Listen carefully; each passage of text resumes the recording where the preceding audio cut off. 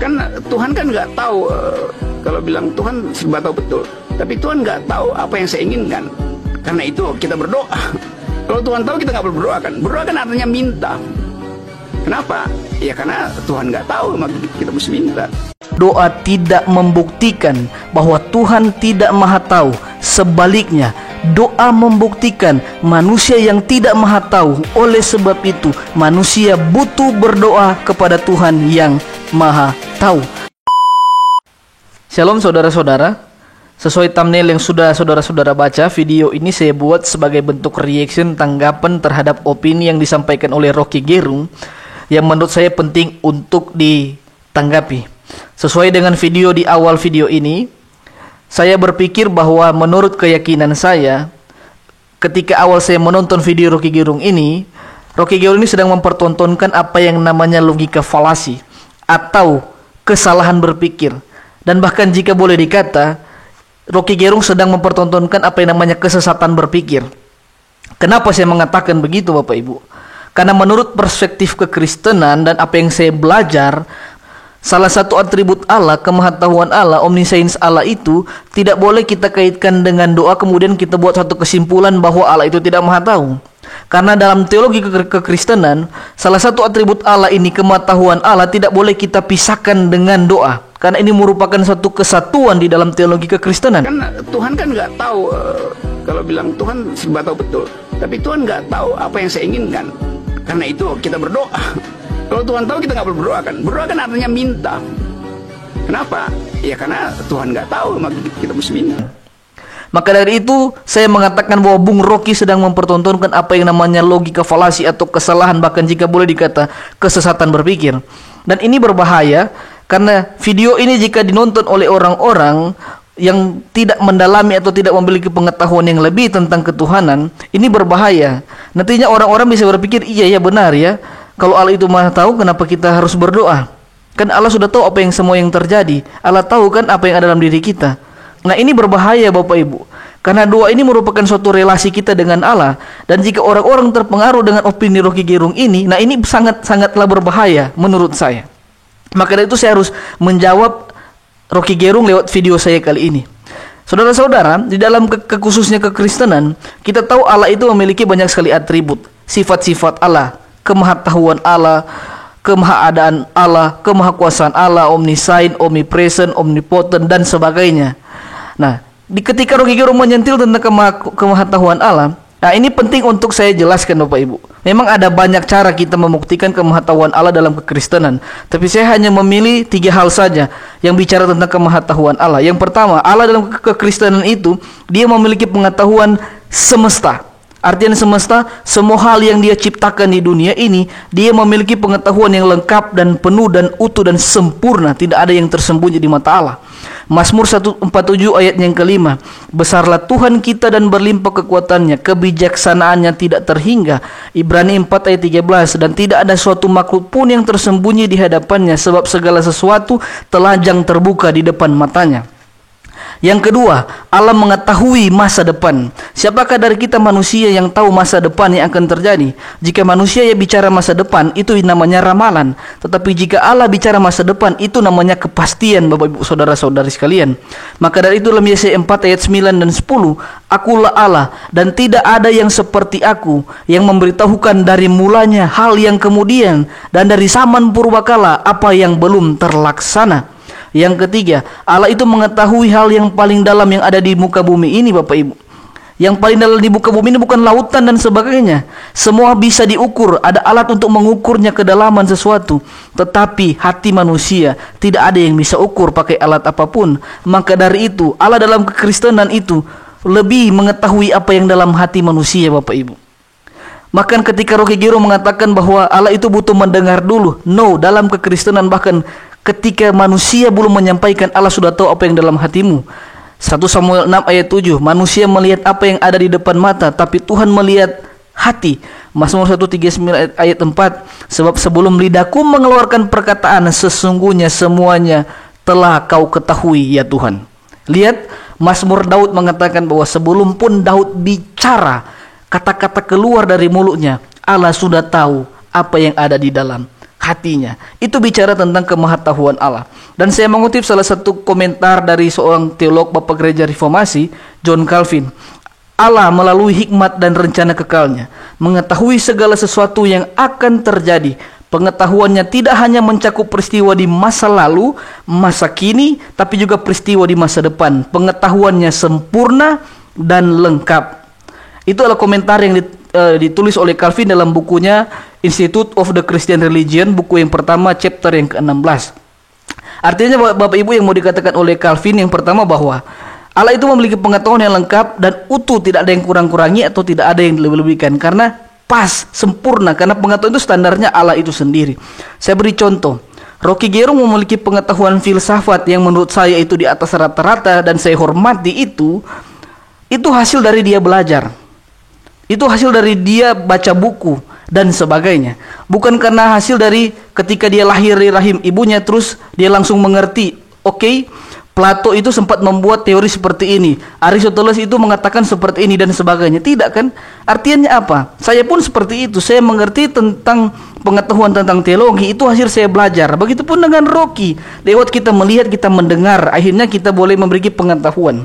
Tetapi Allah tidak perlu semuanya itu, karena pengetahuan itu justru memang lahir dari Allah itu sendiri, berbeda dengan manusia. Dan yang kedua, yang mau dikatakan oleh Calvin ini bahwa semua manusia bisa belajar, tapi pengetahuan kita itu tidak akan pernah sempurna. Saya yang belajar teologi, tidak mungkin semua bidang ilmu teologi itu saya tahu. Begitupun dengan Rocky, ketika Rocky belajar tentang filsafat, tidak mungkin semua ilmu dan filsafat Rocky tahu. Artinya ketika manusia itu belajar satu ilmu, kita menekuni satu ilmu, kita boleh jadi seorang ahli di satu bidang, tapi kita tidak bisa menjadi ahli di semua bidang. Rocky yang paham mendalami tentang filsafat, oke, tapi Rocky ini bukan bidang ahlinya kalau bicara tentang kedokteran atau penelitian yang sifatnya robotik dan sebagainya. Karena pengetahuan manusia itu tidak sempurna, Bapak Ibu. Maka dari itu yang mau dikatakan oleh Calvin ketika bilang pengetahuan Allah yang sempurna dan lengkap, Allah itu mengetahui semua, tidak hanya bidang ilmu ini, bahkan rambut Bapak Ibu sekalipun yang jatuh itu Allah tahu. Apakah Rocky mengetahui berapa rambutnya yang jatuh di hari kemarin? Kan tidak. Itulah bentuk superioritas Allah menurut Calvin. Nah, itu adalah sedikit pengantar tentang kemahatauan Allah menurut tradisi kekristenan. Sekarang karena Rocky menyentil-nyentil tentang doa. Apa sih doa itu? Bapak Ibu, di dalam kekristenan, doa ini merupakan yang pertama kepentingan manusia, bukan kepentingan Allah. Sekarang saya mau tanya, ketika kita berdoa, yang perlu siapa di situ? Manusia yang perlu Tuhan, bukan Tuhan yang perlu manusia. Jadi jangan kita putar-putar seakan Allah yang butuh mendengar manusia. No, justru kita yang butuh mencari Allah.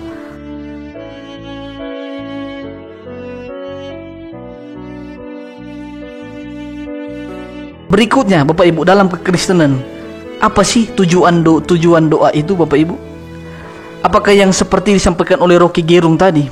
Tidak. Yang pertama, doa itu sebagai sarana komunikasi kita untuk membangun hubungan relasi dengan Tuhan di dalam kekristenan dengan Tuhan Yesus Kristus.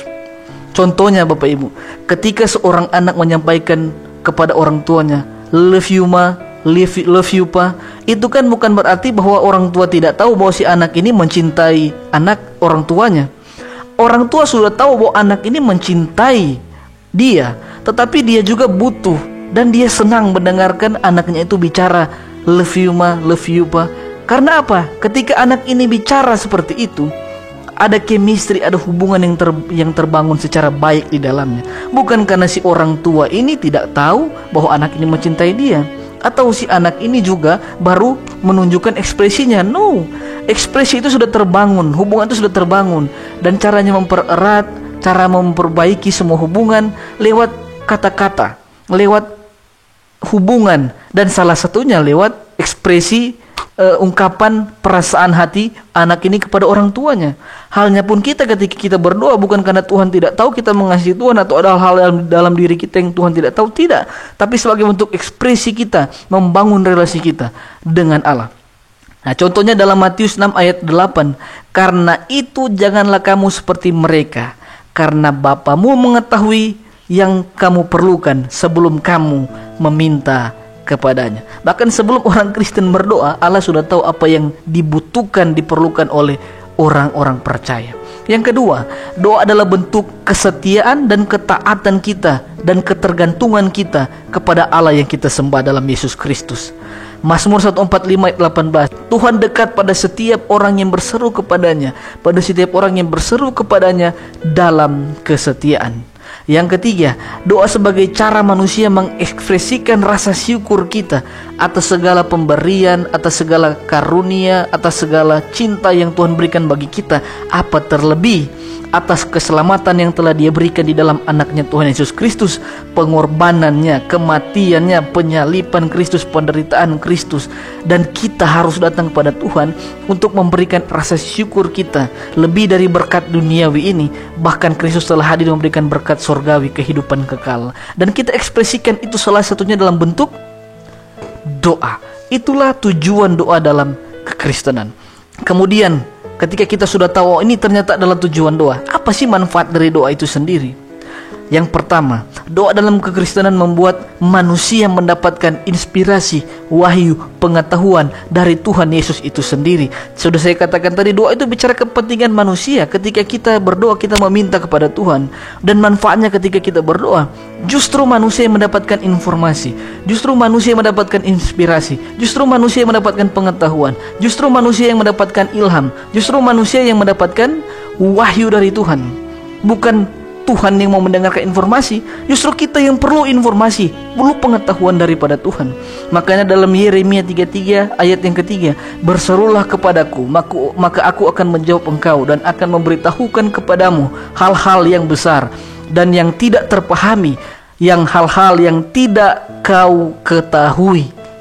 Ada banyak hal yang tidak manusia ketahui, yang Allah ketahui. Maka dari itu kita datang berdoa kepada Allah, sehingga Allah memberikan kepada kita inspirasi, pengetahuan, ilham, wahyu, sehingga kita mengetahui hal-hal yang hanya Tuhan yang tahu. Yang kedua, doa itu memiliki manfaat adalah membuat manusia mengerti kehendak Tuhan. Ini menjadi fenomena Bapak Ibu. Seringkali juga kita orang Kristen, kita salah mengartikan doa. Seringkali kita memaksa Tuhan mengikuti kehendak kita, memaksa Tuhan untuk mengikuti segala keinginan daging kita. Itu adalah satu kesalahan.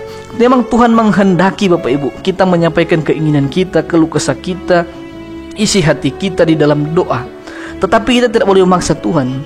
Tuhan menghendaki kita untuk menyampaikan semua apa yang kita inginkan, bukan dalam arti Tuhan mengikuti atau membuat semua yang kita inginkan terjadi. No. Tapi Tuhan mengingini bahwa kita menyampaikan itu dengan penuh rasa syukur dan pengharapan. Tapi pada akhirnya keputusan Tuhanlah yang terlaksana. Artinya ketika orang Kristen berdoa, itu membuat kita mengikuti kehendak Tuhan, membuat kita berjalan di jalannya Tuhan, bukan malah menarik Tuhan mengikuti jalan kita. Tuhan macam apa yang bisa diatur-atur seperti itu Bapak Ibu? Dan itu bukan Tuhan dalam kekristenan. Tapi Tuhan dalam kekristenan adalah Tuhan yang menghendaki orang untuk berdoa, untuk orang untuk menyampaikan kehendaknya, menyampaikan keinginan hatinya, pergumulannya. Tapi keputusan akhir Tuhan yang tentukan. Soalnya dalam Matius 7 ayat 7 dan 8, mintalah maka akan diberikan kepadamu, carilah maka kamu akan mendapat, ketuklah maka pintu akan dibukakan bagimu. Karena setiap orang yang meminta menerima, setiap orang yang mencari mendapat, dan setiap orang mengetuk baginya pintu dibukakan. Tapi pada akhir ketika Tuhan yang mengambil keputusan setelah kita berdoa, Amsal 9 ayat 21, banyaklah rencana di hati manusia, tapi keputusan Tuhanlah yang terlaksana.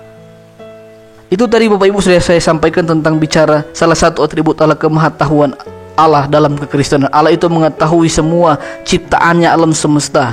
Allah itu mengetahui masa yang belum datang, masa depan. Allah itu mengetahui hal yang paling dalam di bumi ini, yaitu hati manusia. Dan kita sudah bicara tentang tujuan dan manfaat dari doa itu sendiri. Dan kita datang pada akhir kesimpulan ini untuk menjawab Bung Rocky Gerung.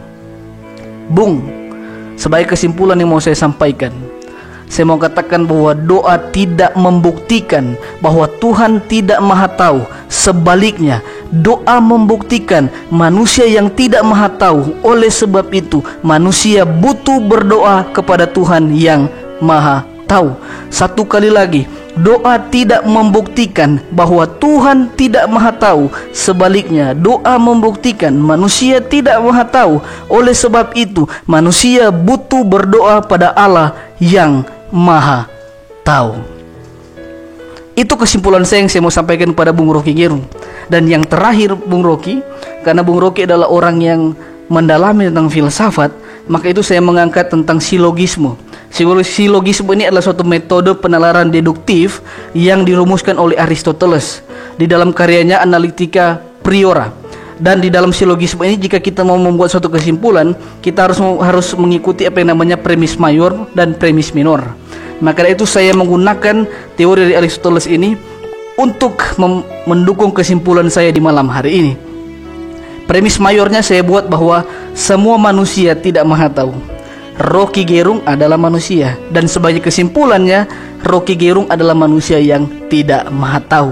Dan oleh sebab itu, karena Rocky Gerung adalah manusia yang tidak maha tahu, maka dari itu Rocky Gerung perlu berdoa pada Tuhan yang maha tahu agar Tuhan memberikan pengetahuan bagi Rocky Gerung tentang pengetahuan Tuhan yang melimpah. Sekian video saya. Tuhan Yesus memberkati kita semua. Dan untuk Rocky Gerung, Yayat Susanti.